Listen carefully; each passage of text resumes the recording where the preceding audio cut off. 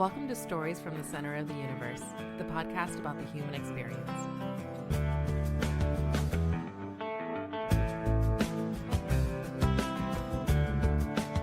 Lyndsey Hodgkins, welcome to the Center of the Universe. Hey, glad to be here. Thank you for the invite. I guess I should mention that you and I connected through Colonel Kurt Kobernick. It's hard for me to say Colonel because he was my battalion XO, the best battalion XO on the face of the earth. I imagine he's the best 06 at whatever he's doing now. Yes, currently with the Virginia Army National Guard, he is the G3, but before that he was the J3. And as the J3, I was the 34th Civil Support Team Commander, and I fell under the J3, so I got to work closely with him for a number of years, and he's been a great mentor of mine. I asked him to give me a couple of names of folks who would be good on this podcast, and he said your name pretty darn quickly. So you guys had a great working relationship. We did. I was able to go to him with professional concerns as well as personal concerns, which, I don't do a lot.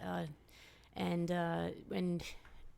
then since I retired, retired the 29th of last month, February 2024. Congratulations. Thank you so much. I have been able to interact with him at the Regional Training Institute for OCS graduation, and we've been able to communicate since my retirement, so it's been a blessing. Yeah, he's doing double duty. He's the G3 and the RTI commander. Yes, sir, correct. They're both full-time jobs, or they could be. Absolutely, yes, sir. Yeah. So I don't know how he does all that. See, it's funny. I saw a lot of 06s when I went to that change of command / promotion / retirement ceremony between Gallagher and Martin, both generals, I should mention. And I couldn't believe how many 06s there were. And then I learned that Kurt's doing double duty. I'm like, that doesn't make any sense to me. Oh, well, I mean, he's a very talented individual, and he's very diverse. Not only is he strong professionally, but personally as well. A lot of emotional intelligence. So he is a strong leader full-time as a G3, but also he works regularly with his staff as an M-Day commander. But it's a big deal to be the Regional Training Institute commander, just because training and dealing with everything that he does, or going through, lots of trainees, the ebb and flow of that, and the instructors, there's lots of potential for, as we come up through the ranks, we see that when you're in that training environment, sometimes trainees misstep. So he has to make sure that he puts the processes in place to make sure that everybody's walking the straight and narrow. So it's a big challenge. And he's taking students from all over the country. Yes, sir, he is. Mm-hmm. Yeah. What's at RTI now? Sorry for this fixation on RTI. No, you're good. So please don't quote me. I won't hold you to anything. So there's a battalion where we train maneuver forces, predominantly the 11 series infantry. I'm not sure that they train there for artillery, but they do have a transportation battalion, and then the modular battalion I know includes WOCS, which is your Warrant Officer Candidate School, and then your OCS. Oh. So he's in charge of all of that. I didn't realize they had WOCS there. They do. Wow. Mm-hmm. Yeah. They didn't have that there, 10, 15 years ago, but I guess they picked it up. And they've got a really nice set of facilities over there now, too. They do. So full circle, should I start maybe at the beginning and say how I went through the RTI? Let's go all the way back to when you were a kid. Where did you grow up? Reading, Pennsylvania. What's Reading known for? So it's outside of Philadelphia, 45 minutes, and it is like the Reading Railroad, okay. And so lots of trains and awesome memorabilia when I go back home, but also the Reading outlets, which isn't relevant as much anymore with all the online shopping and everything, but it used to be that everybody would come to Reading to shop, the outlets. Oh yeah, that's the thing. Even when I was down here as a kid, I think. Mm-hmm. I mean, that's been true for a long time, but it sounds like the demise of that shopping experience in person has happened maybe 10 years ago. Yeah, there's still a small footprint there. Yeah, but not nearly as vibrant as it was, I imagine. Sir. And you mentioned trains. You're actually in the center of the universe, Ashland, Virginia. We're not in town. There's a railroad that runs through town, and I can tell you as a proud Ashlander, we're very excited to have a railroad running through our town, which is kind of bizarre because most people wouldn't want a railroad running through their quiet town.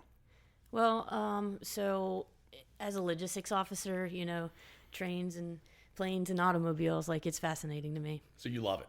I do. And you love the train part of your hometown too. 100%. What I notice more though is males in my family are a little bit more obsessed with it than I am. Like my mom's father, who has passed, he big into trains, and now her brother is also big into trains as well. I went to a wedding not far. How far is they say Bethlehem? How far is Bethlehem from Reading? So you hit Reading, and then you go up north to Allentown, and Bethlehem or Bethlehem is right outside of Allentown. So I think I can be there maybe 45 minutes. So we went to a wedding up there. My wife has a billion first cousins, and the guy had a train obsession. He had trains everywhere in his house. I'm like, what is happening? I guess trains are a big thing in that part of PA.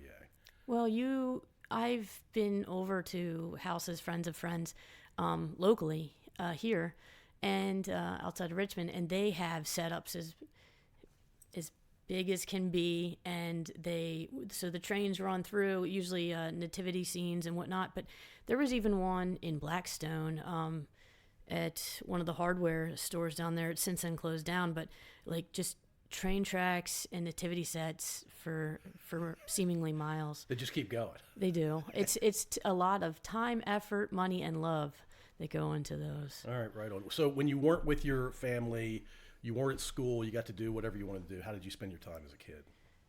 Okay, so mom's an RN, but she took time off from nursing to raise us 4 kids. So it's boy, girl, boy. So it was my brother, my sister, me, and then my little brother. So with a family of 6, 1 car, right, 1 income when mom wasn't nursing, it was get on your bicycle and go wherever you want. Be home by the time the lights come on at night. It was awesome, right? Yeah. So it was safe enough, I think, back then. I think it's safe enough now. We just have the boogeyman on 24/7, whether it's TV or social media or whatever. Well, there's obviously the people aspect of it, but then there's I have to cross the busy road to get to the soccer field or whatever as well. So yeah, that's fair. It is busier. Mm-hmm. Yeah. Well, I crossed roads. My parents had no clue where I was when I was a kid. No clue. Did your parents know where you were? For the most part, probably 90% of the time, Okay. I was honest. Every now and again, I would go outside of where I was supposed to be. Not that I would do anything wrong. I would just push it a little bit further. My parents didn't know where I was because they didn't ask. They're just like, go out. You're not staying in the house. And then I would come back when the lights came on. Well, not that it makes a difference, but my parents are LDS, right? Okay. So All right. their rules were a little bit more strict than normal, I think. A little more engaged, maybe. Yes, sir. Mm-hmm. Okay. Yeah. And I'm a good decade plus older than you too, so there's probably something to that as well. I'm sure, yeah. Yeah. All right. So when you were out, what were you doing? I was riding bikes and playing in the woods, kind of thing. What were you doing? Absolutely. So it's interesting because when people ask me that, I honestly I climb trees. I made my own bow and arrows. They didn't fly very good, but I didn't have a lot of money, so I would carve things, climb things, swing from vines actually in the woods of Pennsylvania. So that I was definitely a tomboy and made mud pies and everything with the guys in the neighborhood. But I started playing soccer under 8. And then I took that all the way up through college. So big, Oh, wow. Yeah, big into soccer. So at 5'3", I played basketball. I played point guard, but I think it's your only option at 5'3". 5'3". Mm-hmm. Yeah. So soccer is for short folks. I was on the swim team, so I would have to ride my bike to and from swim practice, which was awesome. But man, outdoor swimming in Pennsylvania In the winter. Well, no, but it felt like winter in the summer, right? Because the water would chill throughout the night, and you'd have to strip down and dive in. And I was so skinny and small when I was younger. I was not a big fan of it, but it wasn't year round swimming. No. I mean, so I was a graduating class of 69 individuals. So we had a very small high school. It was called Antietam, actually. And so when I needed to do winter swimming, I had to go to a sister school, maybe 15 minutes away, called Muhlenberg. So I did do winter swimming indoor there, but it still felt cold. You know? Because it was. Yeah. It actually was cold. I mean, you can only get water but so warm consistently, right? They probably weren't spending a ton of money trying to warm the water up. No. So sports was my thing. I also played volleyball. I played field hockey, believe it or not. Not my favorite sport with the stick, right? You can only use one side and you're crouched over all the time. But I did anything that I could to stay in shape for soccer. Okay. Soccer was the main thing. Yes, sir. And were you attack, midfield? So I started. Is that the wrong term? No, you're right. So I started up in offense and scoring goals when I was younger.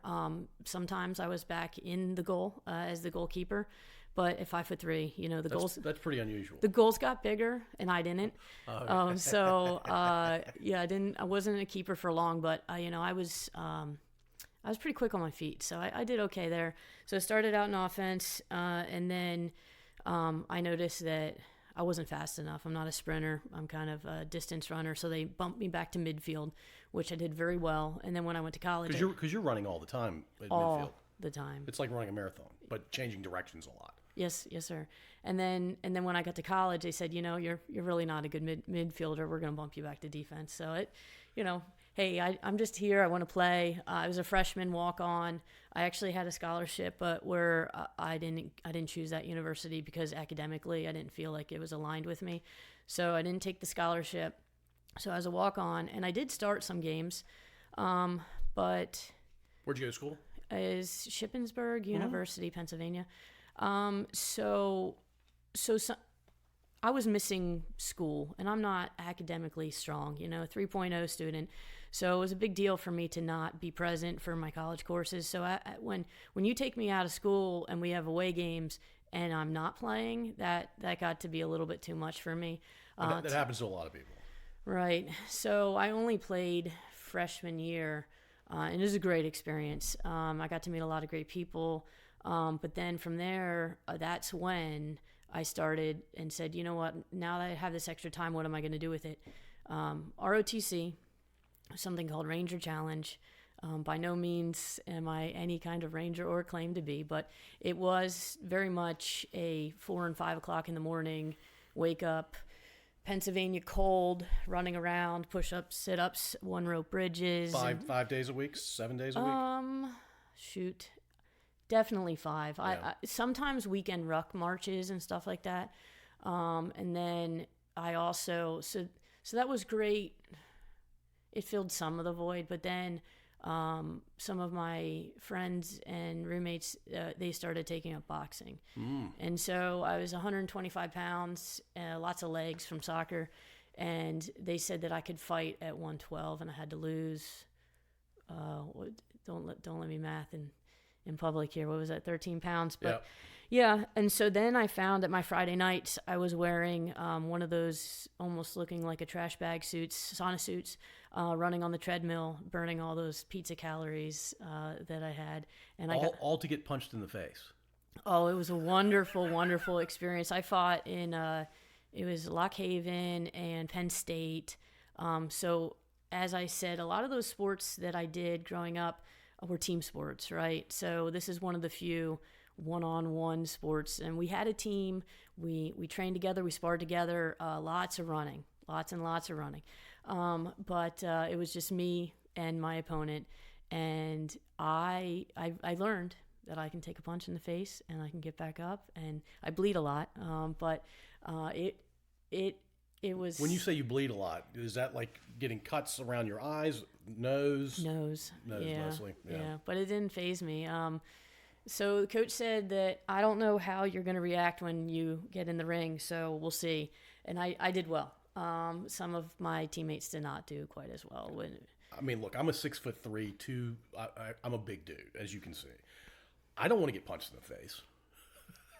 So what was it about you? You're like, yeah, I'll do this thing where I get punched in the face. Not a big deal. You don't know how you're going to feel, react until you do it. And I'm pretty good at it. I'm pretty resilient. So you can get mad and let your emotions overcome you, which doesn't work. Or you can, just shake it off and say, okay, well, I'll give you that one, but I'm going to come up with quick strategy on how to take you and not continue to get the beatings. Because you're going to get punched in the face. You are. Every time. You are, but keep your gloves up, right, and protect yourself the best you can, and look for opportunities. And you wore headgear too, though. Yes, sir. Of course. Okay. Yeah. But once you get to the professional level, and did you pursue it beyond? Was this like intramural boxing? It was. We Shippensburg did not have a team formally, but we did get together, like I said, 5 days a week, if not 6. Well, that was for Ranger Challenge, but also it was for boxing as well. You did those at the same time? I feel like Ranger Challenge was probably my second year of college, and then from there it evolved into boxing. So I still did ROTC, right. But I didn't. They offered me even the Ranger Challenge captain position, and I was honored by that, but it was a lot of early mornings in college. You're asking a lot. Yeah. So that may have lasted just a year, and boxing wasn't so demanding on my mornings. But I was doing 2-a-days. Like, I was finding time to get into the university gym or Gold's Gym or World Gym, whatever the local gym was, and then doing the practices and running. So I was in pretty good shape. And did you do boxing for the rest of your time once you picked it up in college? I did. Mm-hmm. It was the last 2 years, so junior and senior. Was it something you might have pursued beyond college? So when I enlisted, I was an intel analyst in so let me get this right. So the 28th Infantry Division. Pennsylvania Army National Guard. That's right. Yeah. And I wanted to be military police, which I don't know why. My degree was in criminal justice, so I figured, hey, let's do this. So I was like, you know what? I'm going to leave the Guard. I'm going to commission. I'm going to be a military police officer, and I'm going to go to Germany, and I'm going to box. Okay. So that didn't happen. I don't know why I wanted it to happen, but that's what I thought. Well, how old were you when you enlisted? 20. Okay, so you were in college. Mm-hmm. All the things you just talked about, plus you enlisted in the Pennsylvania Army National Guard. Yes, sir. And you were going to take that enlistment and turn it into MP officer at some point? That was the hope. But at the time, 2003, when I commissioned, I guess there was more of a need for a quartermaster officer. And I may have either fallen asleep or not paid attention to that block of what a quartermaster. I was like, so it's a strange title. Yeah. So chemical officer is what nobody wanted, unless you were a chem or bio major, which there's not a whole bunch of those that want to go into the Army that I saw. So when you commission, you're like, hey, I want to be maneuver, infantry, or MP. Quartermaster chemical was not high. Chemical or quartermaster was not high on the list. So I had to look it up, and I had to go to the computer lab to do that. And it was like an eagle with like a key. I was like, I don't understand what the Army wants me to do. And basically, well, let's back up. Yeah. On your wish list, you had MP and what else? Oh goodness. I remember my top 3. I was combat engineer, infantry, and commo. Huh. And the only reason I put commo third is that if they're not going to give me the first 2, at least I'll have some applications beyond the Army. Yeah, well, you were smarter than me. I wanted MP, and MP, I think. So I honestly don't remember. And in my defense, there wasn't maneuver opportunities at the time. Right. So those were immediately out. Engineer may have been one of them. I could see that being a want for me. But I don't know. I didn't pursue intelligence. I once I was enlisted intel and I met the officers. I was like, not really my cup of tea. They're all bright their own way, but yeah, big introverts. Yes, which I claim to be introverted. I am, but they're a whole nother level of introvert. Most of them, for sure. Yeah, they like briefing though. They don't mind briefing. Yeah, the weather. But in cyber wasn't a thing then either. Yeah. Maybe that would have been something I was interested in, but it wasn't on the table. So not a whole lot of opportunities, as many opportunities for young women at that time. So yeah, quartermaster. So PA down to Petersburg, effectively, after graduation. Yeah, and not what I wanted, but it was a blessing in disguise, as many things in my career were. So all I had to do was pack a duffel bag, throw it in the back of my truck, and drive 4 or 5 hours, and I was here. Fort Lee at the time, now Greg Adams. Right. And so You said Greg Adams to me the other day. I'm like, I don't know what you're talking about. yeah, It's been so ingrained in my head because I'm from this part of the world. yeah. Yeah. Well, a lot of people fought it, and it'll always be Fort Lee to me, and that's fine. But I picked up on it pretty quickly. Yeah. So yes, right down 95 corridor to Fort Greg Adams, and so I was like, okay, so quartermaster officer, that's like beans and bullets and inventories, and so anywhere you go in the Army, it's inventories, maintenance, but. What falls under quartermaster would be mortuary affairs. It would be aerial delivery. I was like, oh, well, that sounds cool. Yeah. Maintenance, transportation, and then the supply aspect of it. So, I could have worked in water, but the Army chose petroleum. So that's 92 Foxtrot work. My first deployment I got in 2005 to Iraq. I got to work in the petroleum field and with the Limas as well. So they do they're the smart ones. They do all the lab testing of the petroleum to make sure it's up to spec for aviation grade. Pretty serious stuff. Big deal. Yeah. So I didn't realize quartermaster officers ended up specializing like that. I figured you guys were all encompassing and just depended on what kind of unit you went to. Yeah, they plugged me into petroleum, and I don't know where I would have went after that because I ended up joining the Guard and becoming a logistics officer. So I don't know. Although I will tell you that while I was deployed, I did get an opportunity first to apply to be psychological operations, and I applied and I got accepted. And when I got back, I drove down to Fort Bragg and I said, "Hey, Lyndsey, can you see yourself here?" And then I joined the Virginia Guard. I decided to not go psychological operations, although the branch or... It's not a big community. Yeah, no. I mean, I was excited about the opportunity. I just wasn't excited about the location. It seemed a little bit overwhelming. I'd only went from Pennsylvania to Virginia, and now I was going to have to continue down the corridor. And I said, you know what? Let's pursue our masters. Let's do that. And so I did. When I joined the Guard, that's how I got to the RTI, Regional Training Institute. I thought I was going to go to the reserves. We just closed that circle. We that did, nice. Yeah. I was hoping that I wouldn't forget about it. So I was going to possibly pursue being an instructor in the 80th with the reserves. And then a recruiter got a hold of me in Richmond. It was actually Defense Supply Center. And they said, hey, how about teaching OCS? And I said, okay, well, I can scratch that itch of teaching there. So I think that would have put me at the RTI in 2007. Okay. And I met a lot of great O3s there when I was doing it. We're still friends today. And when we would... You were at the transportation company at RTI. No, so it was under OCS. Right? Got it. Yeah. So we usually had a class of about 50. Attrition was about 60%. And then I was the logistics officer, and we had a couple maneuver officers. So they were they were the stick, I was the carrot, but at the same time, like, they did a lot of the yelling and I did a lot of the, okay, so let's have this counseling session and we'll write it down and we'll do better. So very good mix, I think, of a very good balance between my brothers who were teaching the maneuver and me who was teaching the logistics and the mentoring. Who was your battalion commander back then? Tom Morgan. Oh, okay. Yeah.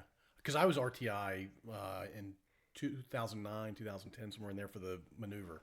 Goodness. Battalion. Well, we crossed paths then just barely.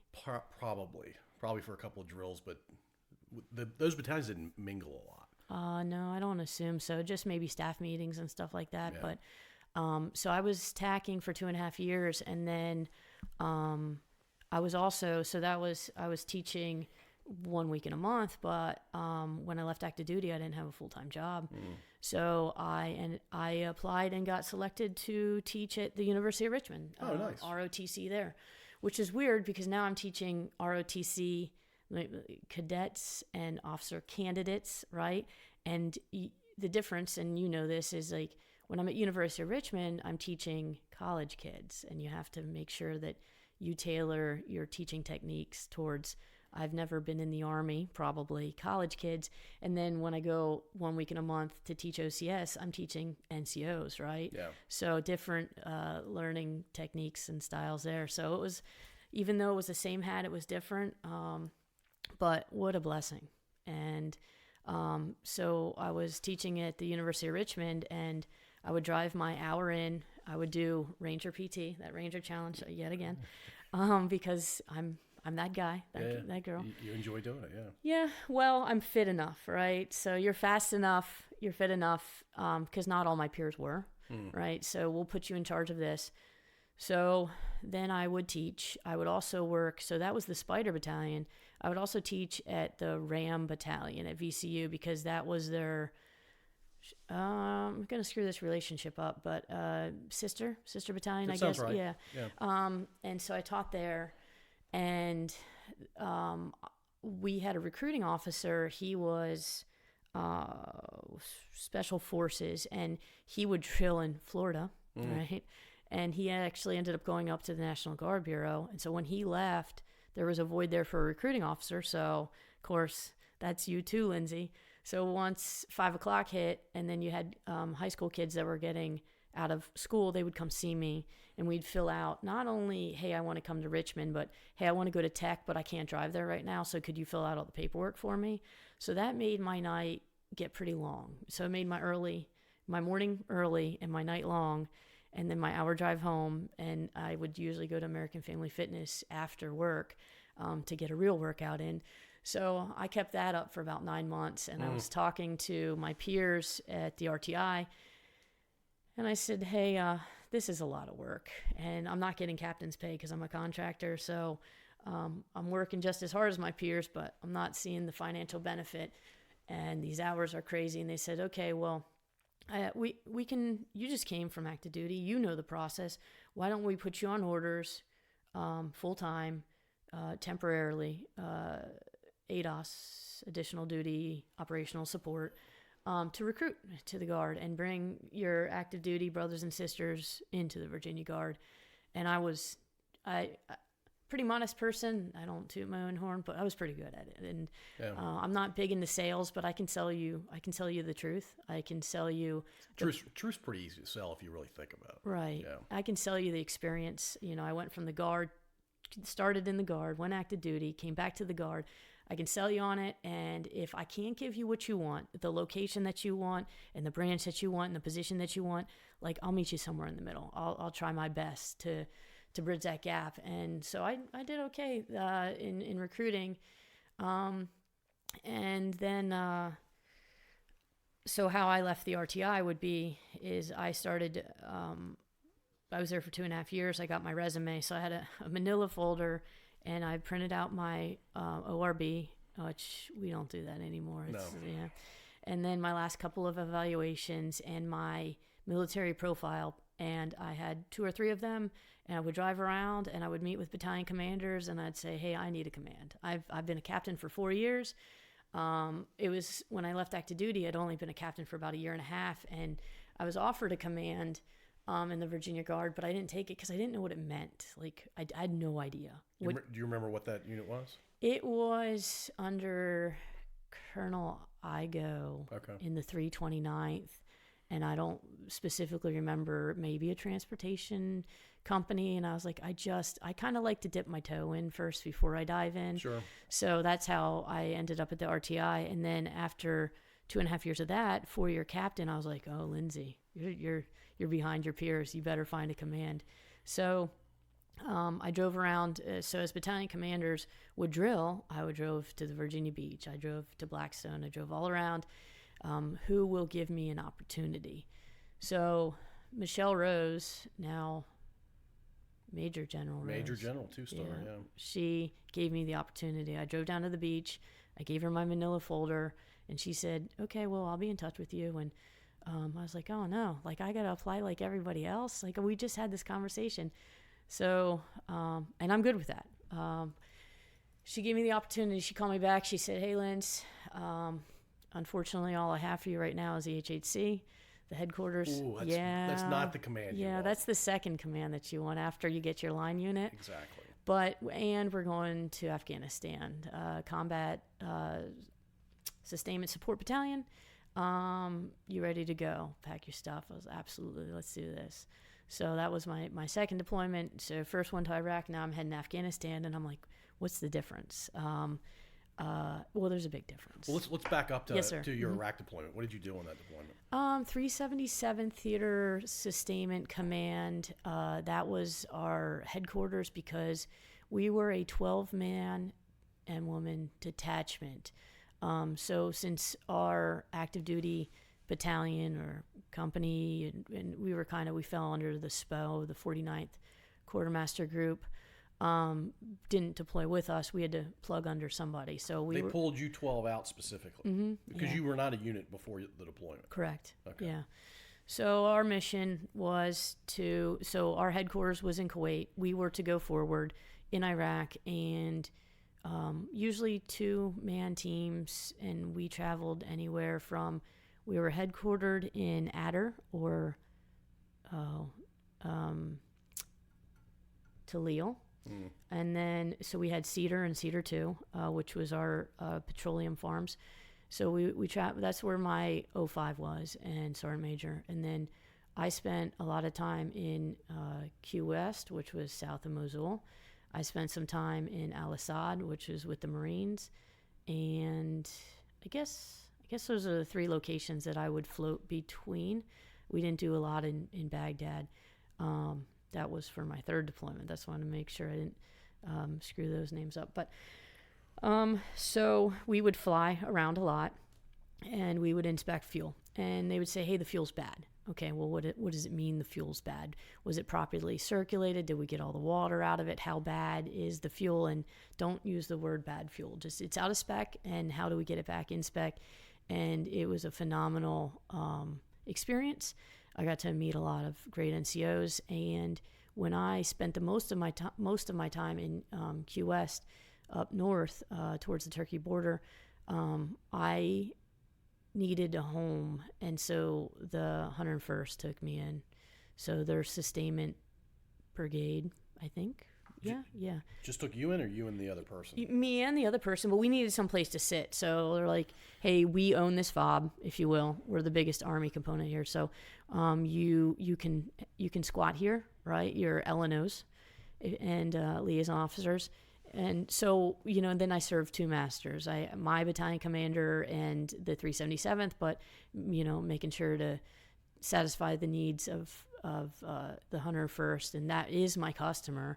Some of the things, and I won't go too far into this, but some of the things that we saw when we were moving local, national petroleum tankers in and around Iraq at that time was potential siphoning off some of the fuel and replacing it with water.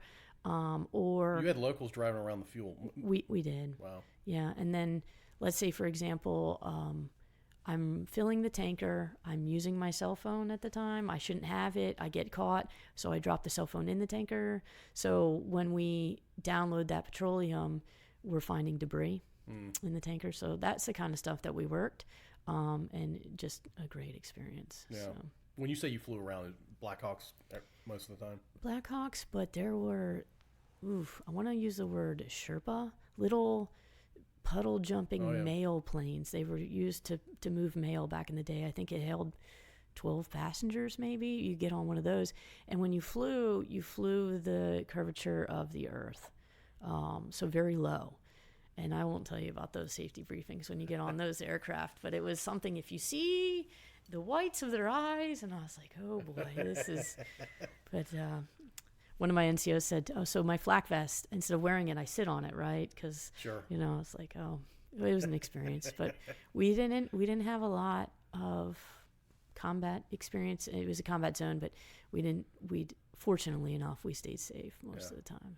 Well, your mom, I'm sure that made her happy. Very much so. But, that was Tour 1, and there was Tour 2 and Tour 3, lining up for Tour 4, and Mom's like, hey, we're good, Lyndsey. I said, okay, Mom, we're good. 23 years.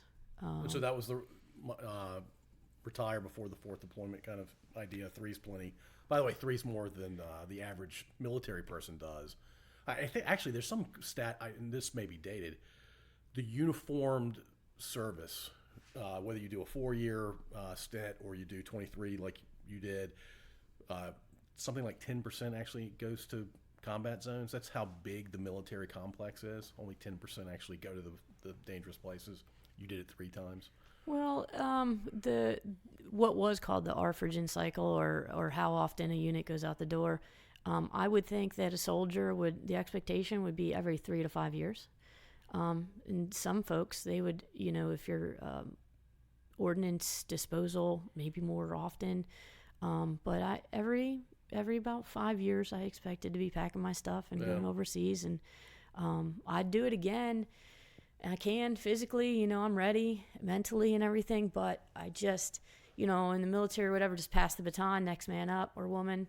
It's a friend of mine said, "Hey, Lindsey, you'll know when it's time." And I said, "Hey, yeah, it's time."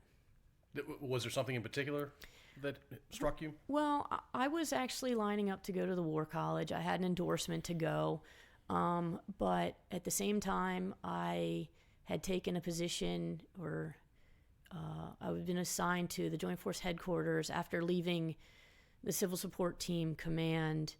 My leadership thought that I would be best served in the G1 in personnel and assisting with readiness and ultimately retention. So I was there for a couple months, and at the time I was working with and for Colonel Jen Martin, and then she retired. And then Colonel Bo Mason, engineer. Yeah, I know Bo. I know Jen too. He came on board, and I was working for him. And then I went to my brother's wedding in Michigan. It was the very end of February last year. And I got called in and it said, "Hey, Linz, we got this mission for you. We're going to move you back down to the beach." And I said, "Okay, well, I've done a tour down there before. And I really like the Richmond area, and I think it's time for me to just settle down here." So it was a blessing in disguise. So I want to find out what you're doing these days, but let's cover your 3 deployments. Yes, sir. So you go to Afghanistan under Michelle Rose. Yes. She was effectively a battalion commander. Or, yes, sir. okay. Mm-hmm. And what year was this? 10 to 11. Okay. Yeah. 10 to 11. Yeah, okay. Sorry, I had something ping in my head that has nothing to do with your story. You got it. What position were you in? HHC commander? That's right. Yeah. So the FOB where we were grew to 2,000. So mostly on that location where we were in Afghanistan, we were out on the western part of the country, closer to Iran. Right? Yep. Am I getting that right? That's Yeah. right. Yep. And we ran logistics from the southern part of the country, so that would have been Kandahar, through Leatherneck, which was a Marine base, to our location. And we ran a lot of convoys, but these weren't... So mostly grounds. Yeah, and then we also... So our SPO at the time, our support operations officer, was Michael Waterman. Oh. And he was very good at finding work for us to do in a good way. So what he would do is he'd go out and find special forces units that needed logistics support. So yes, I was the HHC commander, but I also had a platoon of active duty soldiers that fell under me. And so we ran the container yard, which was a big deal when you're as remote as we were. The fuel yard, the water yard, the dining facility, as well as the entry control point. So I did have... you had a big job. A mission. You had a really big job. Other than wrangling the staff. Yeah, because that's what it is stateside for sure. Yes, sir. Yeah. So you actually had meaningful things to do other than to get an 04 to do something he or she wasn't doing. 100%. Yeah. And we were so remote that when we set up on one side of the FOB and then ended up moving to the other side, we built our own tent complexes, so we never had any hardened structures. We built our own communication infrastructure as well as our own power grids. So you had a cool job. Very cool. Yeah. I was dirty. a lot. Yeah. It was lots of sand. It's the only way to be. Lots of sand in my pores. So it was a great experience, and I got to do it. So the headquarters size is it's I want to say about 68, 69 soldiers plus that additional platoon that I had. So I stayed busy. Yeah. I was in my tent where I worked. Well, I slept in the tent. I worked in the tent, and I remember starting my day after breakfast chow, and I would stay there well into the night. And then I'd hit the gym on the way home, and you get your 6 hours of sleep and you're back at it again. So I spent a lot of time in the office, the tent, but I'm good at it. I like it. I like to work. Yeah, I don't know what else you would do other than just take 7 naps, but that's not the Army spirit, and certainly not the spirit of what we were doing over there, right? I don't think I would have been successful taking any naps. Right. I was so busy. We didn't have a PX. So there's nowhere that I could go buy anything. Yeah. No retail. No. No retail for. No, the only thing so we had something called a free X. So for example, if my family sent me things I didn't want, but we could still use, you could take it to the free X and put it there on the shelf for other people to take. And probably one of the greatest things that I got while I was there from a friend of mine is a piece of soap that smelled like cranberry. I was like, yes, yes, I actually get something that smells good. So that was. Was it cranberry just like one of many good smells, or is there something about cranberry? It was just that I had soap that smelled like something better than just regular soap. But the point of that is that like those little victories, those little things, it really made you appreciate those little things. Yeah, so. and what you were doing over there too. Yes, sir. Yeah. Of course. Ground movement in Afghanistan is a lot of up and down, and a lot of narrow passes. Yes, absolutely. Did you have any challenges related to the fact that you were at high altitude at times and maybe not so high at other times? I'd say one of our biggest challenges, like anything, is getting repair parts in and having to work with what we had.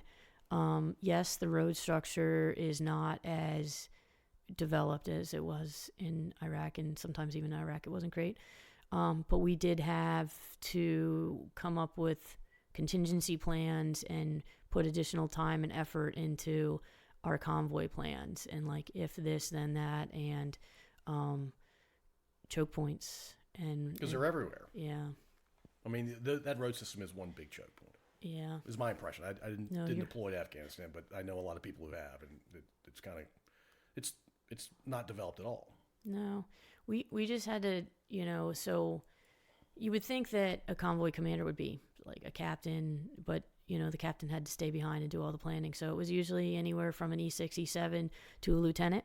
And we would have, the debriefings afterwards and come up with any problems or situations that we had out on the road and just come up with the best fixes that we could to work around that. Was that your best deployment out of the 3? Best deployment. Yeah, I'd have to probably say so, just because even though we didn't have logistical support like of the PX, and we only had 2 hots a day. We didn't get a hot lunch. Very rewarding. Skies were beautiful out there. The weather was great. The FOB where we were, it was called Shindand. It was 11 kilometers around the perimeter. So I would run that quite a bit. And I think everywhere I went, I ran the Army 10 miler in October as well. So I ran the Army 10 miler in Iraq, Afghanistan, and then again in Iraq. So sort of a virtual experience. Yeah. And I run it here as well. So, where is the Army 10 miler? The actual epicenter of the 10 miler? It's in D.C. up and around the Pentagon. That's right. Yeah. Yeah. Marine Corps does a marathon. Army does a 10 miler. Yes. Mm-hmm. Yeah. Should the Army do a marathon? I stick at my age. I stick to halves. I just ran a half at Virginia Beach. Was that last weekend? I don't know. I don't think 26 miles is good for anybody, to tell you the truth. It's rough on the body. Especially as you age. Yes, sir. Yeah. So I think 10 miles is enough. All right, so you went back to Iraq after a 10-11 Afghanistan deployment, because Operation New Dawn was 2012, 2013, I think. Where was I at that time? After we got back? Where did I go? Yeah, you weren't back very long.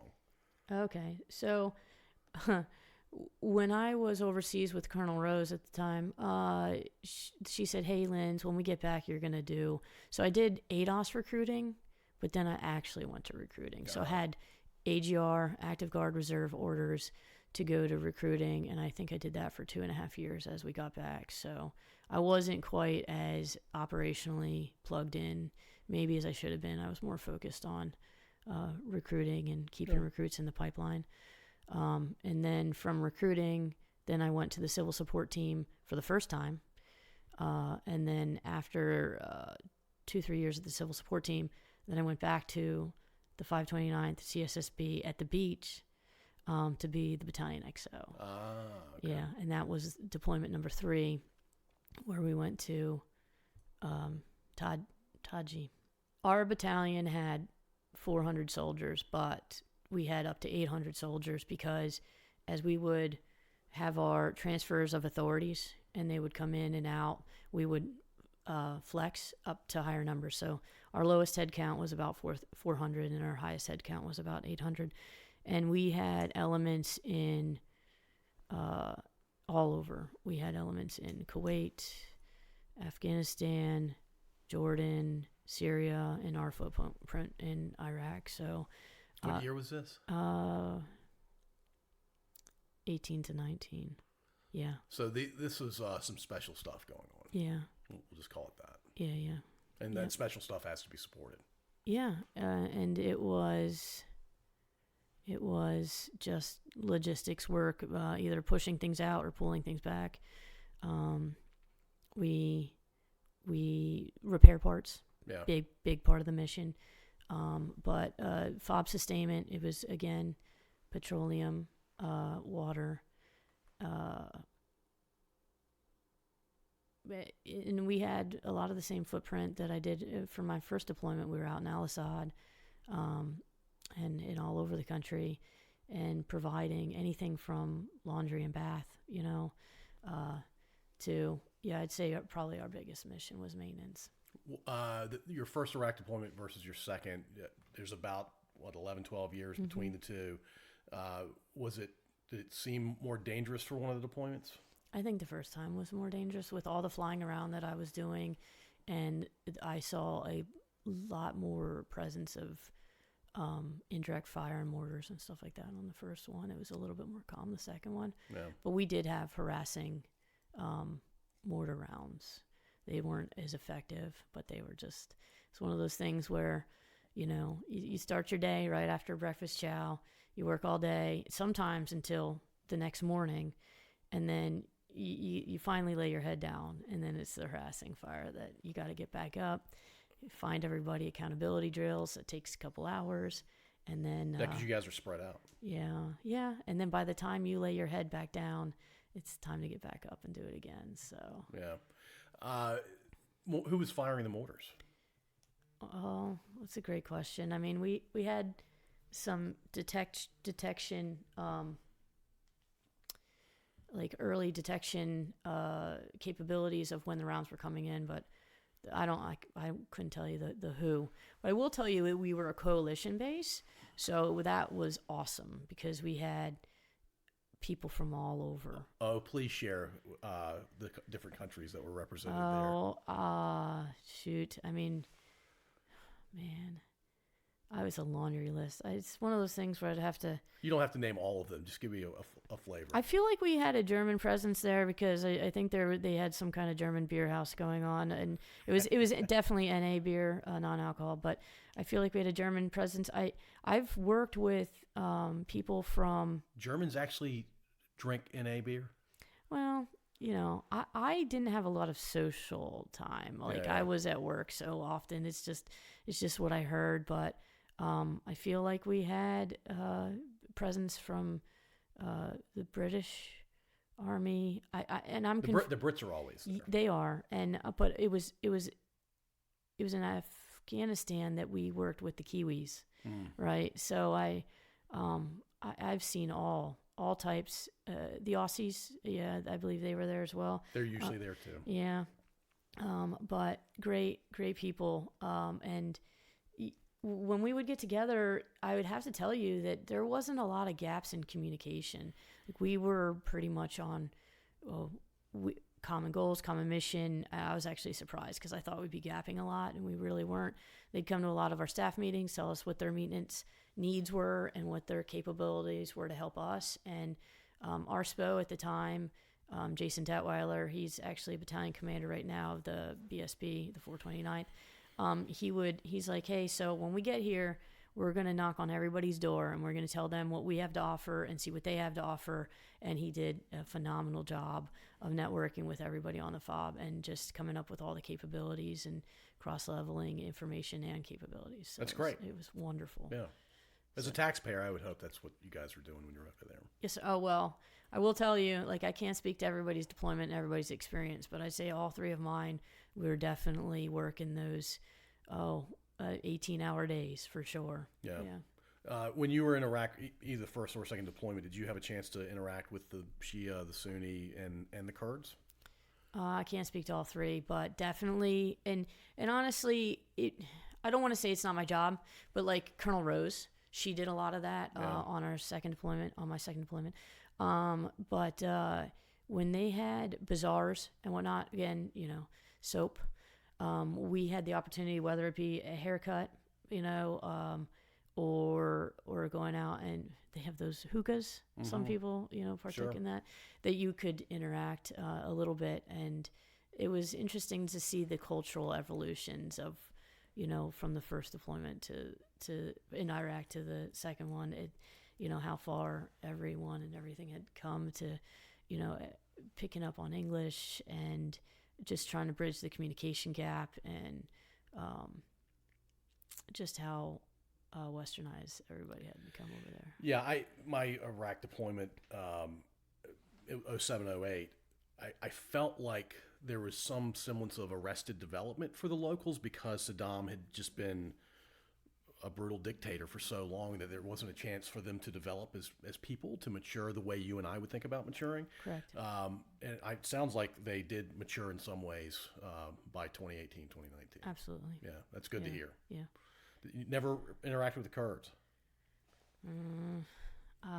You would know it if you'd had. No. They're great people. Yeah. I love the Kurds. Yeah.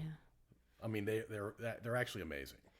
I think when you went over, you had more of an outward-facing mission, and mine was more of an inward-facing mission. I had to take care of my soldiers. And then my battalion commander would do a lot of that outward-facing interaction, stuff like that. Yeah, that's kind of a bummer for you because the outward stuff's fun at times.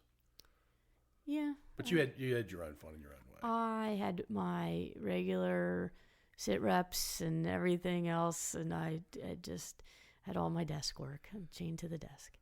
All right, so you've been retired officially. When was the last time you put the uniform on? I was gonna say you've been officially retired for about a month. Yeah, it was the beginning of December. Okay. How many times since the beginning of December have you regretted the retirement? 0. How many times has the Army come into my dreams at night? A handful. Scary, but no regrets whatsoever. Yeah, so you're not going to have any then. If you haven't had any by now, you're probably not going to have any. No. Maybe a year from now, maybe. Again, I'm a modest person, but I'd have to tell you that the missions that I've done, like even with the civil support team, being on that team for 5 or 6 years and being able to serve the governor and my AG by the direction of my AG, we would serve with firefighters and law enforcement and do early detection in the Commonwealth and whatever. So like, whether it be my garrison mission or my deployed mission, I had a lot of awesome mentors, missions, soldiers, airmen, because the civil support team had Air Force on that team as well.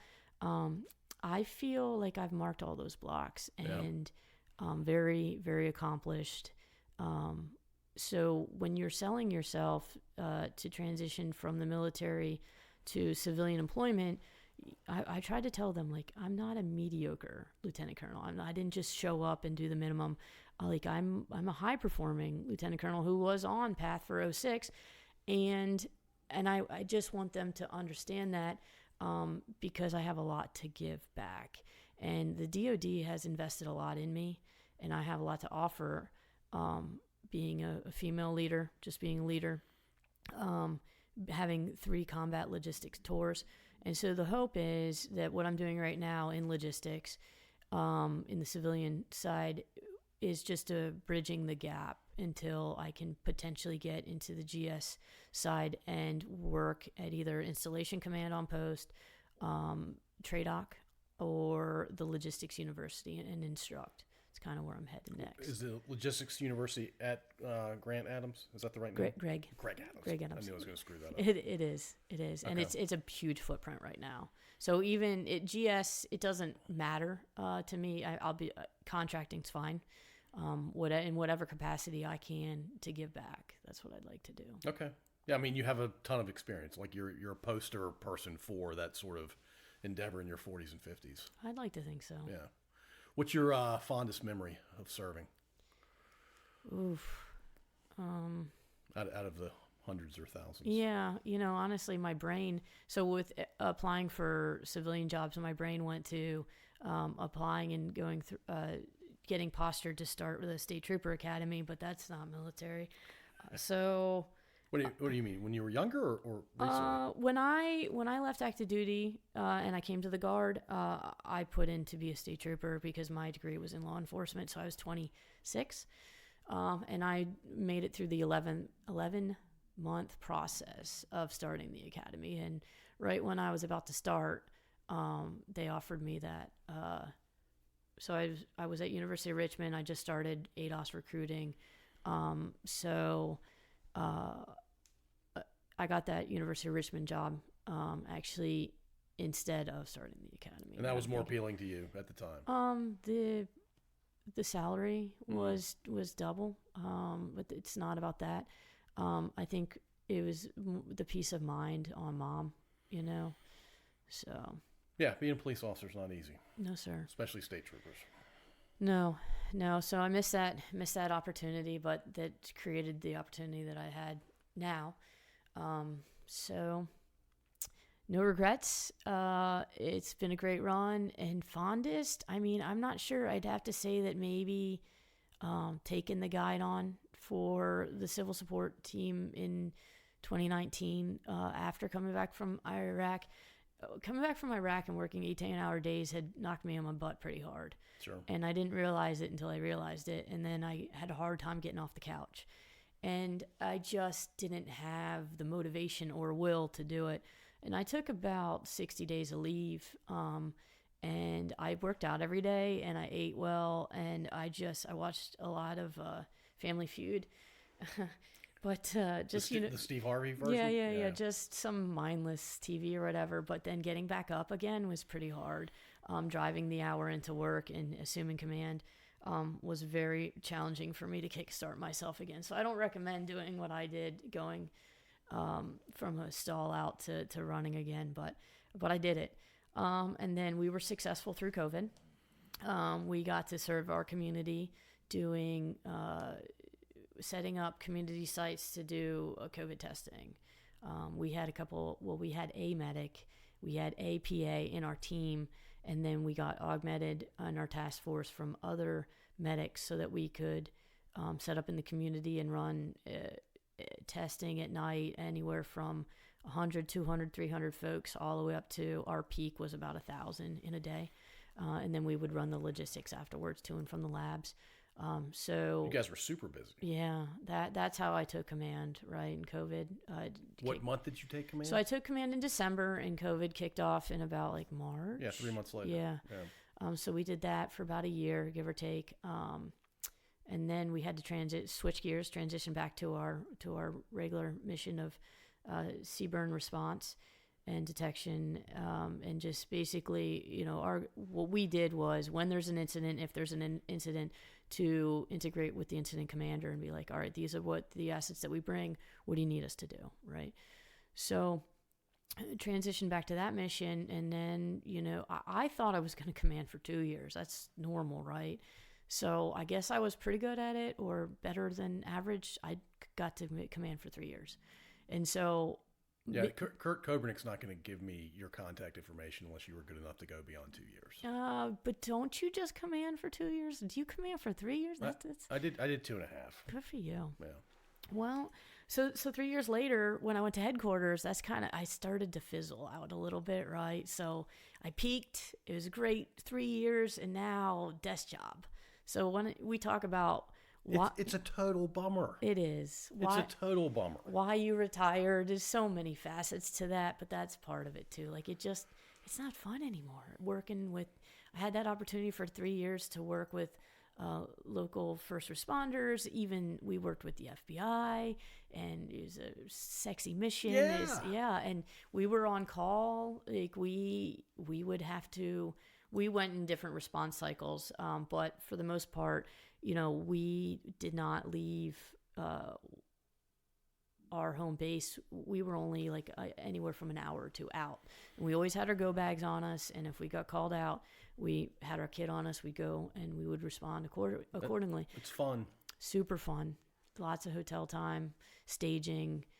We even had some 3-letter agencies line us up just in case they needed us. So from that to desk job was also very, very. It's brutal. Yes, sir. It's a really tough transition every time you do it. It's a bummer. I don't know another word to use when that happens, but it is. All right. So are we going to say the name of the civilian employer you work for now? We don't have to. I don't think we should, but I do work in operations and logistics, and I will tell you what. I feel like I'm self-aware. I feel like I have a lot of emotional intelligence. I'm not the yell first kind of leader. I ask questions first. Hey, come in, sit down, tell me what's going on. Let's come up with the problem and the solution, and let's head in that direction. But working as a civilian right now, for hourly waged employees, my emotional intelligence grows by the day. And the challenges that we have and getting people to and from work, like it is eye-opening, humbling. And I had I have a monthly conversation with my boss, and I told her, so she used to be in the DC Guard as a wrench turner, so she gets it. I told her it's a very humbling experience for me to come to work every day, because you see and do a lot. I cater to all of my employees with anything from I do janitorial. I clean up things.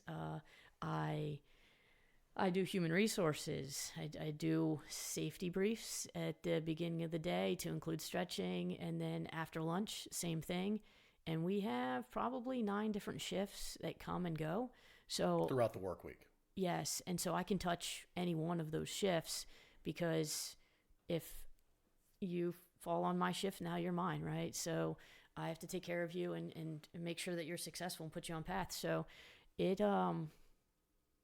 my emotional intelligence I feel it grows. Better than it's ever been. Yes, sir. Mm-hmm. All right, right on. But you have an eye towards GS.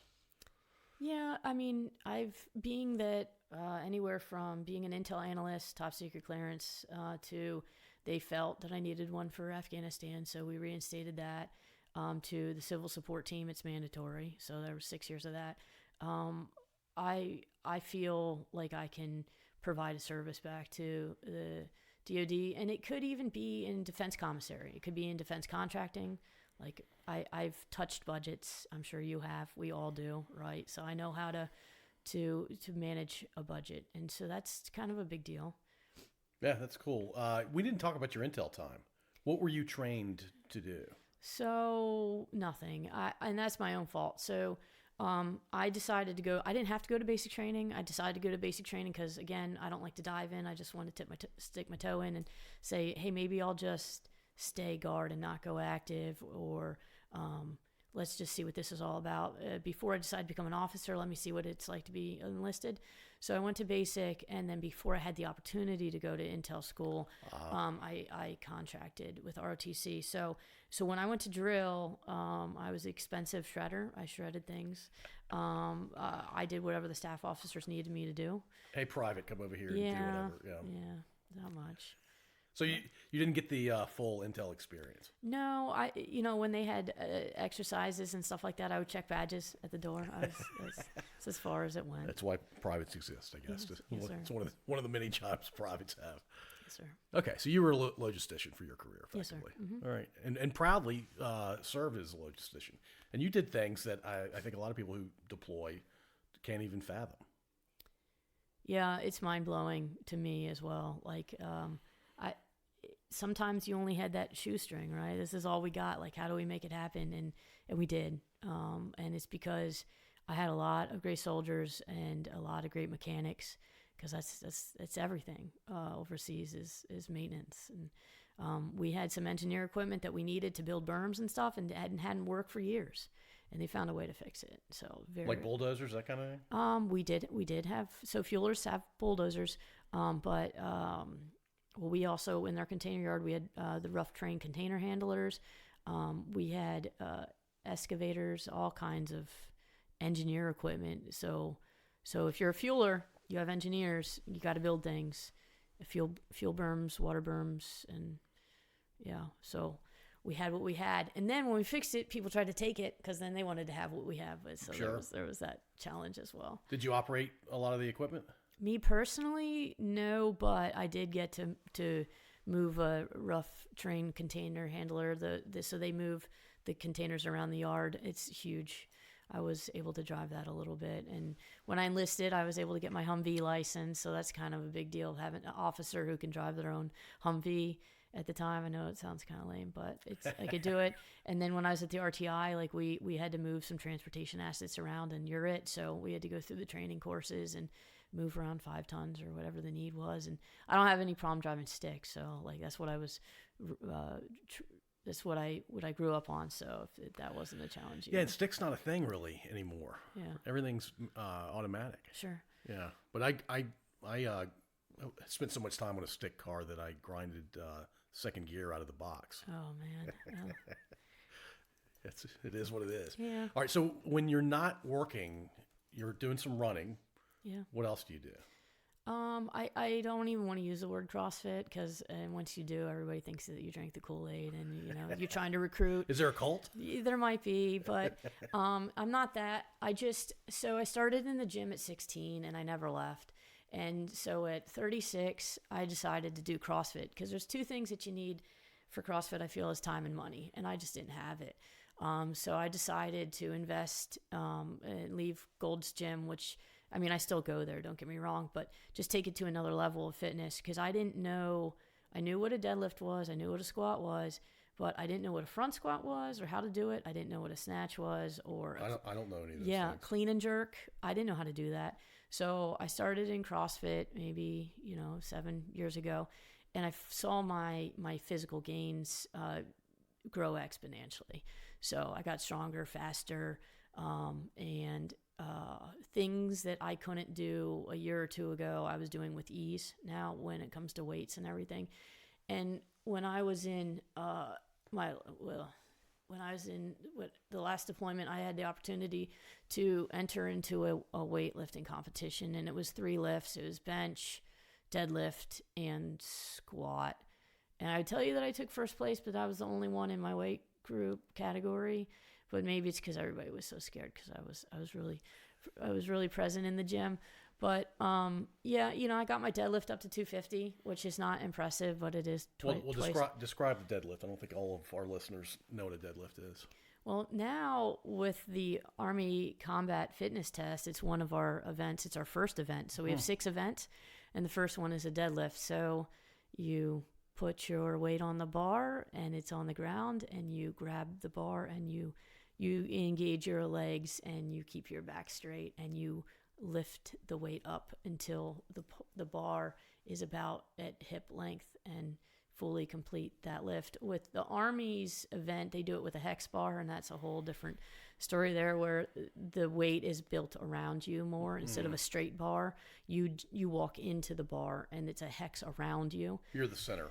Yep. And so they feel like if you're a little bit more or less experienced in the deadlift, then you're less likely to hurt yourself with this hex bar and everything like that. And I concur.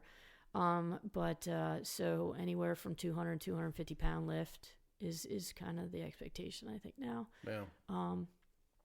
And I won't go into all the other events of the ACFT. It doesn't I'm going to Google it because I just was the basic push-up, sit-ups, 2 mile Yeah, run well, guy. we do the push-ups, but this time we tee out and we come back in. And that way, instead of having those kind of funky elbows that are flaring out, it almost forces you to bring your elbows in. To work on your triceps. Yep. Okay. So that's an event. We still have the 2 mile run at the end as well. So the deadlift, just standing up with the weight, just making sure that you keep your proper form. That's actually smart because there is some deadlifting that happens during the course of missions, right? Yeah, absolutely. And then, so if you want to talk about that, we do have a sprint drag carry, which I think is fairly relevant, right? Mm-hmm. So we're sprinting down and back, and then we're dragging a sled down and back, and then we're carrying 40-pound kettlebells down and back and sprinting and so on and so forth. So pretty relevant there with that event. So it just happens that I did CrossFit and then it helped with the ACFT. I didn't need help with the ACFT and then I joined CrossFit. And some people do that and that's fine. But anything from pull-ups, we do a lot of that. We jump rope, we jump on boxes. That's not my favorite event. We row. And one of the alternative events to running in the Army right now for their ACFT is you do have the rowing option, you do have the biking option. So before I left, I was able to take some people in headquarters, and we have a rower in headquarters, and teach them the techniques of rowing to explode with your legs and then follow through with your arms. Things that they taught me at CrossFit that now they might need in the Army, and I enjoy giving back in that capacity. So I was able to meet at the gym and teach people how to deadlift and row and whatever their week event was. Yeah, that's cool. And you enjoy doing that too. Absolutely. Because you enjoy teaching. I do. And then long-term goal would probably be maybe owning a CrossFit gym or helping manage one in some kind of capacity. Would you call it a CrossFit gym?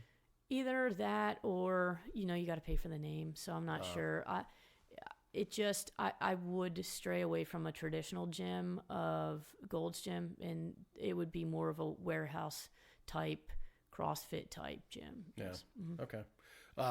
The weights that you have to do for that, I can't remember what you called it, drag carry thing. Yeah, sprint drag carry. Yeah. Is it 40 pounds for everybody?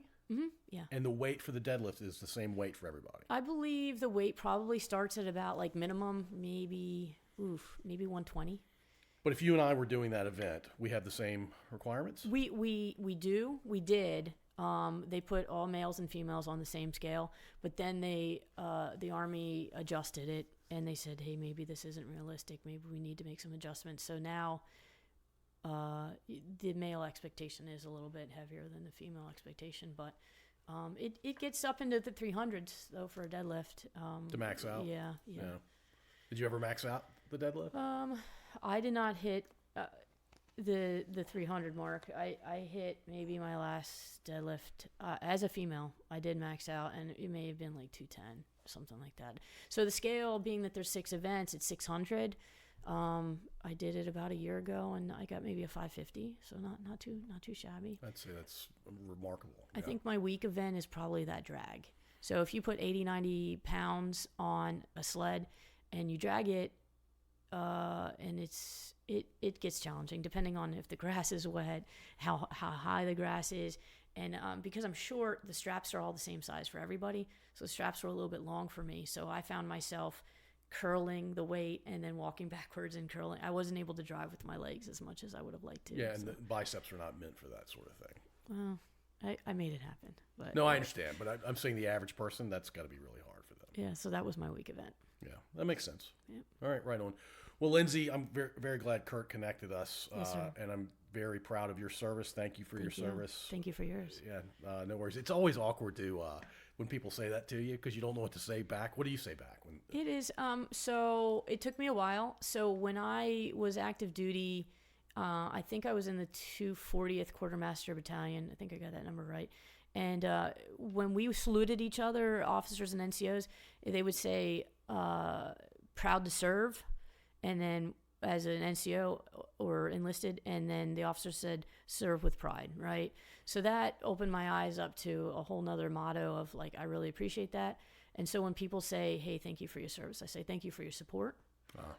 There it is. Yeah, kind of a big deal. And when I'm driving around now as a civilian, I love saying that. It's hard. I screw it up, but I really try. When I see DV plates around and everything like that, I don't identify. I'm kind of a modest person, but I make sure to thank them for their service. Yeah. Cool. Well, awesome. Thanks for doing this. Thank you for the time. Thank you for listening. If you enjoyed this episode, please subscribe to wherever you listen to podcasts. We'd also really appreciate if you'd rate and review us. You can find us at scodupodcast.com.